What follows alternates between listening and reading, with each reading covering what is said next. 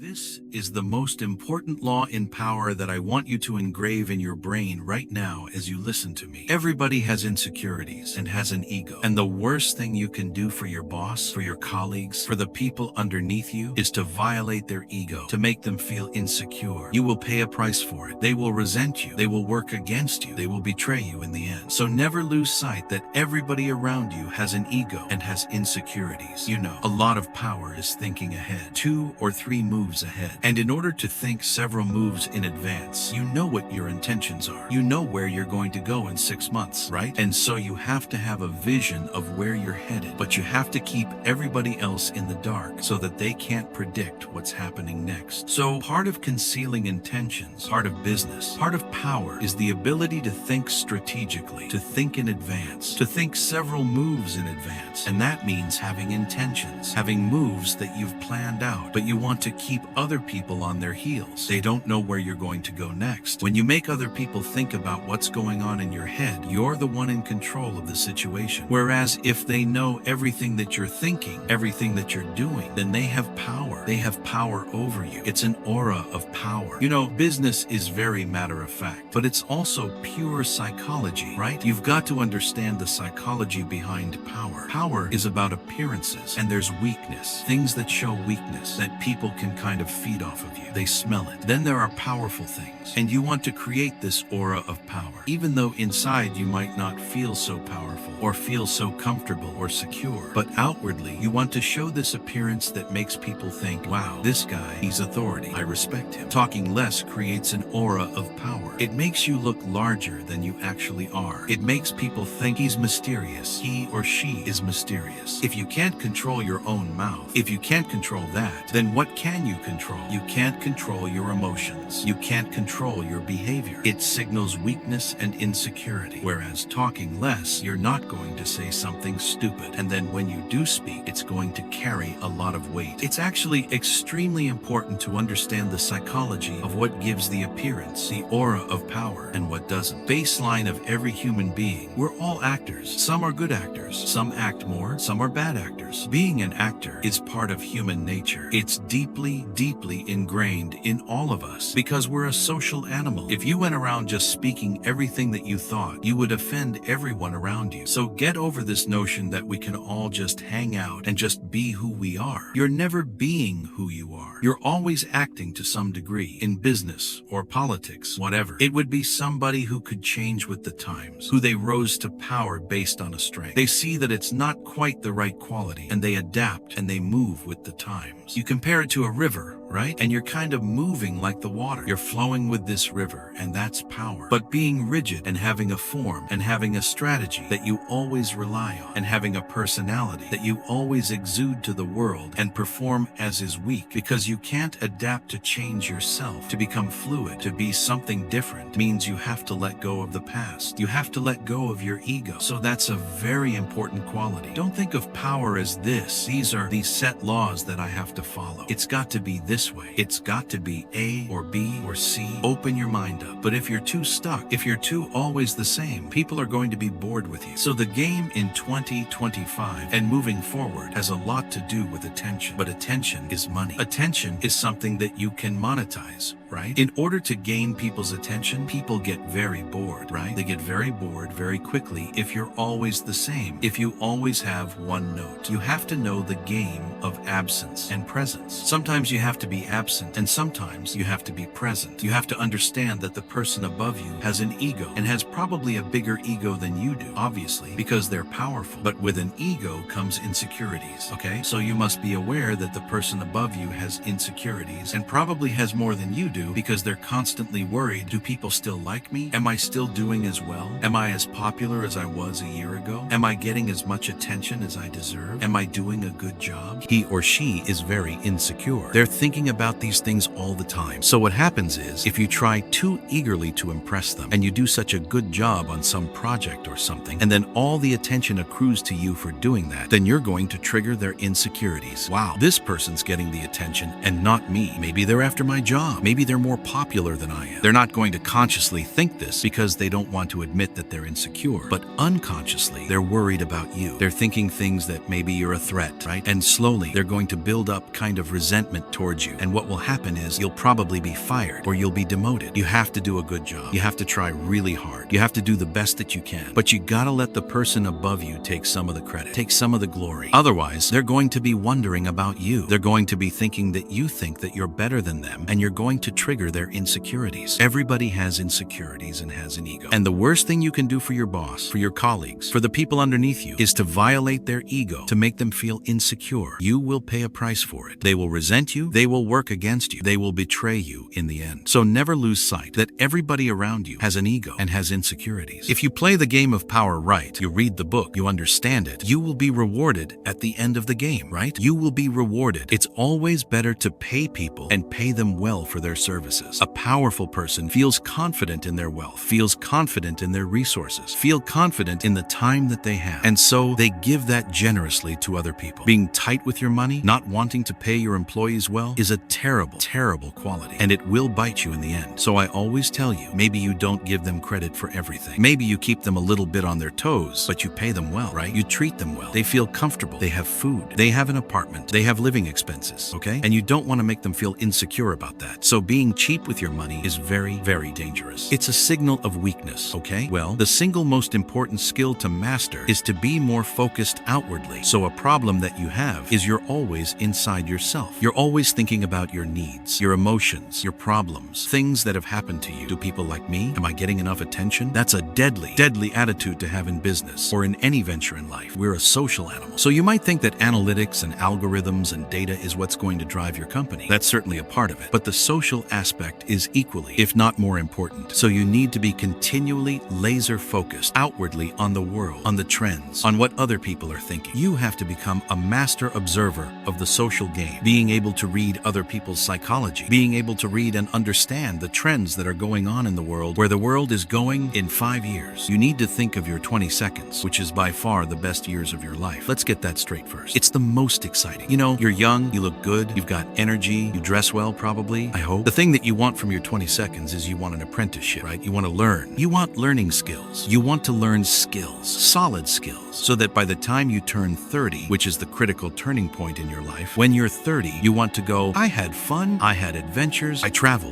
I dated, I did everything I wanted, but I also learned things. I learned A, B, and C skills. You don't have to learn just one skill. You can learn 3 skills, 3 things that you master, that you spent 7 years going into deeply. But if you wasted your 20 seconds, if you just had fun, if you just did whatever you wanted to, by the time you hit 30, nothing will stick together. Nothing will cohere. You've been stretched too thin. But if you're linear, laser focused, I'm just going to go to Goldman Sachs. I'm going to get a job. I'm going to get paid $150,000 a year. You're not spreading yourself out. You're not learning enough skills. You're not developing yourself inwardly. A skill is a skill, but learning is a skill. And in order to learn, you have to be able to put up with boredom, frustration, and tedium. If you're too single-minded and you're 23, you know exactly what you want. You won't have adventures. You won't have that freedom, that fluidity to learn different things, okay? So I would say generally around the age of 30, in your 30 seconds is when everything should start coming together. Now, things can go up and down. They can have a trajectory. Your career is never going to be straight up. If it's straight up, you're in trouble. Your failures, if you're bold and you try things and it fails, you've learned lessons. Don't let it sink you. Let it be a lesson for your next project and have another iteration and go in a slightly different direction. Seduction is a bit of psychology. It's a strategy. What ties all seductions together is people are resistant to you. Nobody is naturally open to another stranger, right? Seduction is getting those walls down, getting to crumble, getting to lower down to a point where they are going to maybe do what you want, where they're interested in your project, where they're interested in following, where they want to be involved with you in some way. It's the art of bringing all of their defenses down. And if you do it too directly, if you hit them with the hard sell, the walls just go back up, because we're all wary of people who give us the hard sell. What I mean by the sublime is I like to compare it to a circle, and that circle is what we're all supposed to think and do. It's kind of a limiting factor where, in our particular culture, these are the thoughts that you have, these are the behaviors that you do, these are the values that you have. This is the things that you conform to, right? And outside that circle is everything that you're not supposed to do, everything you're not supposed to think, everything that's different, that's strange, that's weird, that's not normal. That is the sublime. And I'm trying to lure you outside outside of the circle in these 12 different directions to experience something beyond your normal limits, beyond your normal boundaries, that's going to shake your brain up and make you realize that the world you thought was this way is actually this way. You don't know what reality is. You have this image, but things are much stranger, much weirder, much more sublime and awesome than you imagine. The world is mysterious and beautiful for being mysterious. Death is sort of the ultimate limit that we all face. But to be able to experience it, to understand what may lie on the other side, what it is the ultimate sublime experience, right? Because we don't know. Nobody knows what happens to us after we die. Yeah, we think we just decay. We just die on the ground. But people have these called near-death experiences. They're very strange. They're very weird. What happens to our consciousness as we die? So my philosophy in life, if I had to say I have one philosophy, it's called amor fati, which is Latin for love of fate. And what that means is everything happens for a reason. Even the bad things that happen to you have a purpose to them, if you know how to handle it. If you embrace the bad stuff that happens to you, nothing can ever hurt you or harm you. You learn from every bad experience. It made me stronger. It made me tougher. It made me more resilient. Made me learn. Everything is a learning experience. Nothing is wasted if you have this philosophy. Nothing is just meaningless. Everything has a purpose behind it. And so all the bad stuff that happened to me when I was in my 20 seconds, all the feelings I had of being lost, they ended up having a purpose because I used it that way.